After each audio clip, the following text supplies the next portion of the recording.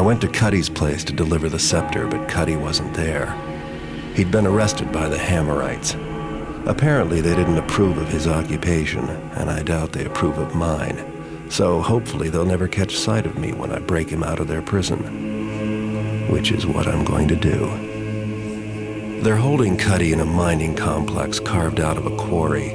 The quarry's flooded, but the Hammers still work the top-level mines and have converted part of the complex into a penitentiary for those who violate their tenets. An associate of mine was confined there and has provided me with a map. It would be difficult to get in by way of the main gate, but there is another option. The mines break the surface of a hill south of the quarry. I'll drop into the mines and head for the prison, which will be found somewhere uphill and to the north. The Hammers don't venture into these lower mine levels because they're reputed to be haunted. I'd rather not have to do this job, but Cutty's a reliable fence, and I don't appreciate the Hammerites abducting him. And he owes me money for the Bafford job. What a terrible journey that was. I swear, if Cutty gets himself caught again, I am not going to save him. Whatever the case, I finally arrived at the Craigstuff prison. Staring at the prison wall, I wondered who exactly this Craig was, why George has left so much. After I finished with my thoughts, I quickly made my way inside the prison to rescue Cutty. Or so I thought. As it turned out, I still had a wonderful route to follow through some abandoned mines before I entered the prison. I soon found myself in a tunnel filled to the brim with zombies, giant spiders, Tesla coils, and surprisingly imposing ledges. After disposing of the zombies with some magical water arrows, I soon found myself with a buffer between the mines and the prison. Utilizing what I arrogantly describe as devilish roguery, I delivered an unknowing torch to the same watery death the zombies had met moments before. Far too focused on chanting prayers to notice their prime source of light suddenly disappearing, the guards found it was in their best interest to dismiss the mystery of the vanishing flame as nothing more than a figment of their bizarre imagination. A slight hop to my step, I crept forward into the prison. Eventually, I emerged from the apex of the stairs into a long and foreboding corridor. Remembering my somewhat vampiric tendencies, I eagerly looked to hide my presence from the sunlight and ducked into a side room. To my happy surprise, I found an inconspicuous-looking chest. Dreaming of a future life filled with extravagant mansions and a field of rabbits, I earnestly opened the crate. To my horror, I ironically found myself clutching the very tool that the Hammerites would smite me with should they ever catch wind of me. Not wanting to be seen carrying such an efficient tool of enlightenment, I threw the hammer back into the general direction of the chest which I had taken it from and fled across the hallway. Minutes later, I found myself overlooking an electronic dance party with a surprising lack of multicolored lights.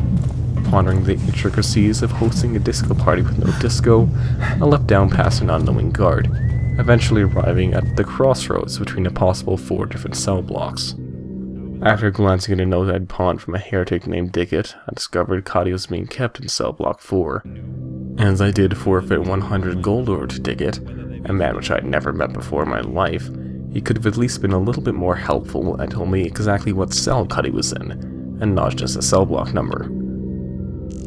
Whatever the case, I once again found myself murdering innocent torches when I came across a guard station blocking my quick access to Cutty's cell. Fortunately, I spotted a crawl space in the corner of my eye, just to the right of the checkpoint. Hoping for, at best, an alternate passageway into Cutty's cell, I found to my disappointment a dead man clutching a scroll alluding to an apparently valuable artifact known as the Horn of Quintus. Pocketing the information as well as the man's supply of golden arrows, I noticed a small silver key tied to his waist. Thinking nothing of it at the time, I grabbed the key and continued on my way.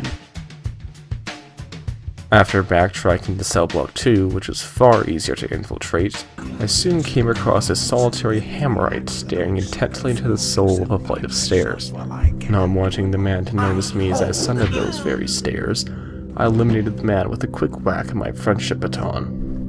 At the top of the stairs, I found myself in a room with chanting emanating from an unknown source. I found myself gripped with a strong sense of faith. Perhaps there's more to these Hammerites than I previously thought. I quickly dismissed these thoughts, remembering my objectives. I am, in fact, an atheist.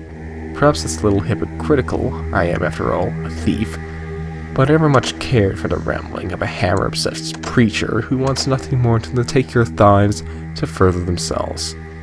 I much prefer atheism, which is, after all, a non-profit organization. Besides, being an atheist removes any guilt I might have had for redistributing from these priests.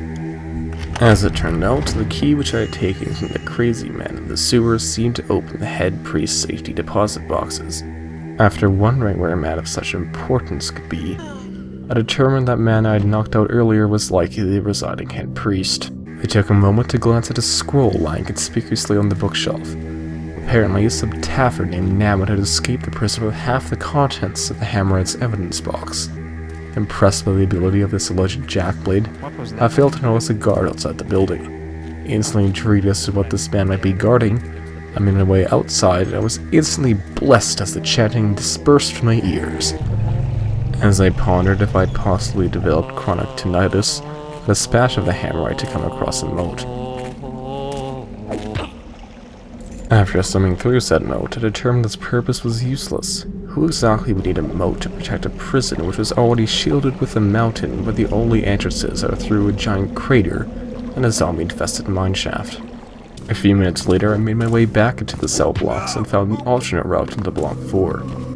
After overloading the friendship nerves of the guard, I checked the ledger to discover that Cutty was in Cell 6. Fat lot that did for me, as the Hammerites had apparently developed a system to make releasing prisoners as difficult as humanly possible. After unintentionally releasing several individuals, I finally managed to open Cell 6. Reveling in my partial victory, I made my way to Cutty. Alright, old man. Let's get you out of here and me my money. Afraid you're gonna be disappointed? Good thing you're dying, Cutty, or I'd have to kill you for stiffing me. Again. Snap, snap, puppy. But I owe you, so... Felix went after the Horn of Quintus, down the Bone Horde. Left me his notes. The Hammers got him, put him in their evidence box. Loot collection, more like. Upstairs. Officers' quarters. Once you're up there, hidden passage. If damp hadn't rotted my lungs. After pondering what Cutty had told me, I realized I'd already retrieved Felix's map and determined that the jackblade Namwin had fled the prison with half the evidence box. Not wanting to leave the prison empty-handed, I decided I would also free my old friend Basso the Boxman, and retrieve my lucky hand of glory, which I'd lent to a man known as Isit the Beggar. After searching for Basso, I finally found his location in cell block 3. Well, there's Basso. If he weren't unconscious, it'd be simpler, but now I'll have to carry him out. Sneaking around the Hammerites' prison is easy enough when it's just me, but hauling Basso's unconscious body around only made the matter all the more difficult. Nevertheless, I was still able to avoid the praying eyes of the guardsmen, and I arrived at Isit's cell without a hitch. Unfortunately, it seems he was put to death, and the Hammerites couldn't care less about a rat infestation, so they just left the poor soul to rot in his cell.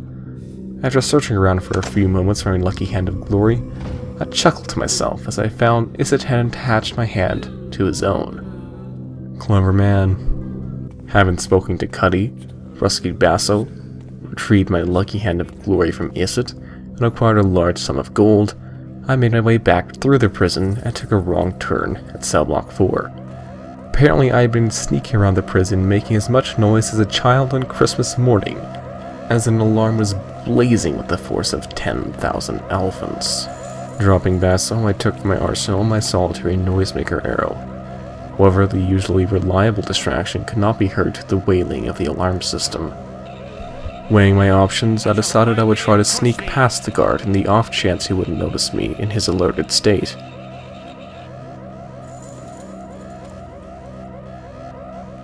However, despite the fact that his back was turned, the guard still managed to hear my footsteps over the alarm in spite of him completely ignoring my trusty noisemaker arrow.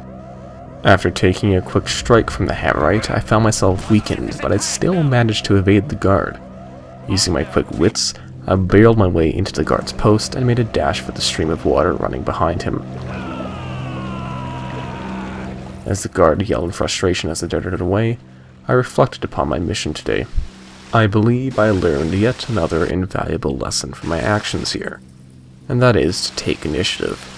Had I tried to sneak past the guard post, I would have never found Felix's body so soon.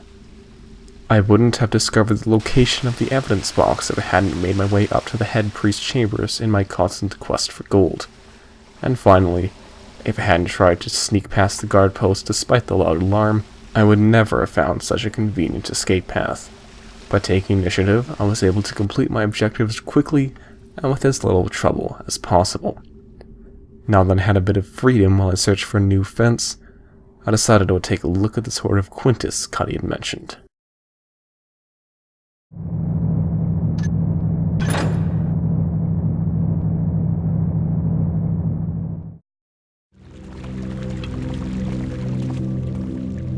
And the builder said, "Ah!"